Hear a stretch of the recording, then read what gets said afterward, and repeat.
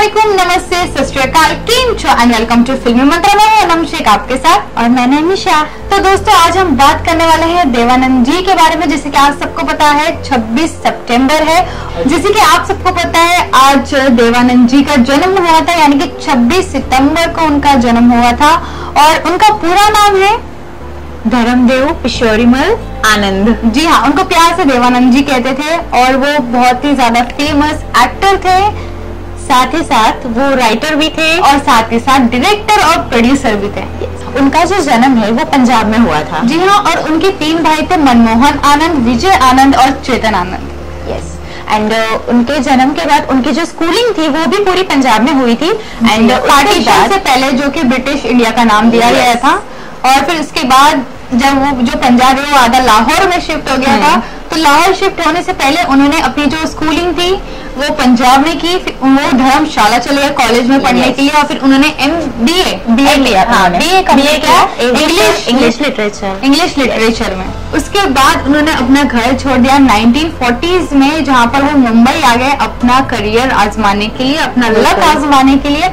और जो सबसे पहली उनकी जॉब थी वो थी मिलिट्री ऑफिस में, जहाँ पर उनकी सैलरी, फर्स्ट सैलरी थी 165 रुपए, सिर्फ 165 रुपीज थी। और फिर उसके बाद उन्होंने एज अकाउंटेंट काम किया, और वहाँ पर उनकी उससे भी कम थी उनकी सैलरी, सिर्फ 85 रुपीज। जी हाँ।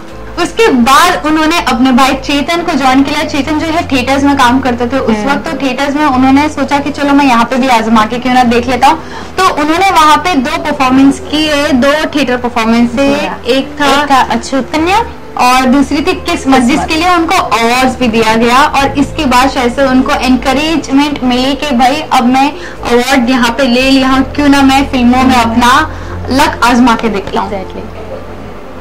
उनको फर्स्ट ब्रेक मिला बाबूराव पाई की तरफ से, जिनका प्रोडक्शन हाउस था, उसका नाम था प्रभात फिल्म्स। जी हाँ। तो उन्होंने एक इंटरव्यू में कहा था कि जब वो गेट क्रैश करने गए थे, जब वो जैसे नॉर्मली कोई फैंस होता है वो प्रोडक्शन के बाहर जाता है गेट के पास के भाई हमें ब्रेक दे दो, हमें ब्रेक दे दो, ऐसा होता है। तो वो टाइम पे बाबूराव जी की नजर देवानंद जी पे पड़ी, और उन्होंने कहा कि मुझे इस बंदे का कॉन्फिडेंस बहुत अच्छा लगा, और उसकी स्माइल अच्छी लगी, और इसकी आंखों ने मुझे सबसे ज्यादा अट्रैक्ट किया। तो उसी के वक्त उन्होंने मन में ठान लिया कि मैं इस बंदे को लॉन्च करने वाला हूँ, अपनी फिल्म में लेना हो। और उसी से वहां से उनका करियर स्टार्ट हुआ, और वहां से उन्हें मिली अपनी फर्स्ट मूवी। उसी के बाद उनको उसी प्रभात फिल्म्स में एक मूवी ऑफर हुई जिसका नाम है हम एक है।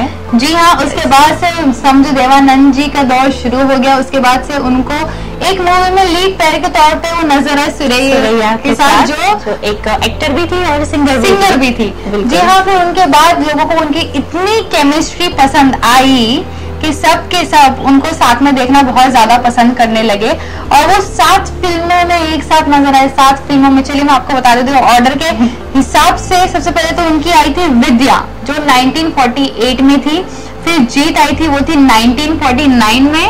और फिर आई थी शेर 1949, मतलब बैक टू बैक एक ही साल में 2 मूवी। और अक्सर जो थी वो 1950 में नजर आई थी। फिर नीली 1950 में, फिर 2 सितारे 1951 में, और फिर सनम 1951 में। मतलब कि जितनी भी मूवी थी ये सारी सभी के सभी हिट हुई थी। और उसके बाद से दोनों को बहुत ही ज्यादा प्यार मिलने लगा ऑडियंसेस की तरफ से, और वो चाहते थे कि और कई मूवी वो साथ में देखे उनके साथ। अगर हम मूवीज की बात करते जाएंगे तो उनकी मूवीज खत्म ही नहीं होगी, बिकॉज उन्होंने इतनी मूवीज किया है कि लिस्ट ही खत्म नहीं हो पाई। जैसे आप सभी को पता है उन्होंने कौन कौन सी मूवीज की थी। ये तो बस एक जरिया था आपको याद दिलाने का कि देवानंद की शॉर्ट जर्नी।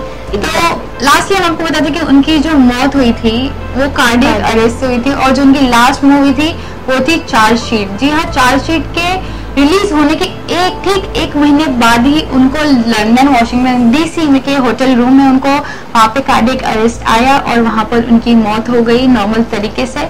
और यही नहीं, उनको एक प्यार से नाम भी बुलाया जाता था, देव साहब का नाम बुलाया जाता था, उनको नाम से बुलाया जाता था। और यही नहीं, उनको 2001 में पद्म भूषण अवार्ड मिला था। तो काफी कुछ करके गए हैं वो इस दुनिया से। अभी तक सबके दिलों में राज करते हैं। जब भी देवानंद जी का नाम आता है तो कई सारे सॉन्ग्स, मूवीज, रोमांस, सब रिकैप हो जाता है। तो ये थी शॉर्ट स्टोरी देवानंद जी के ऊपर। हमें बताए कमेंट्स में आप कितना मिस करते हैं उनको, और आपकी पर्सनली देवानंद जी की कौन सी फेवरेट मूवी है हमें बताए कमेंट सेक्शन में, और फिल्मी मंत्रा को सब्सक्राइब करना ना भूले। जब तक के लिए कीप स्माइलिंग।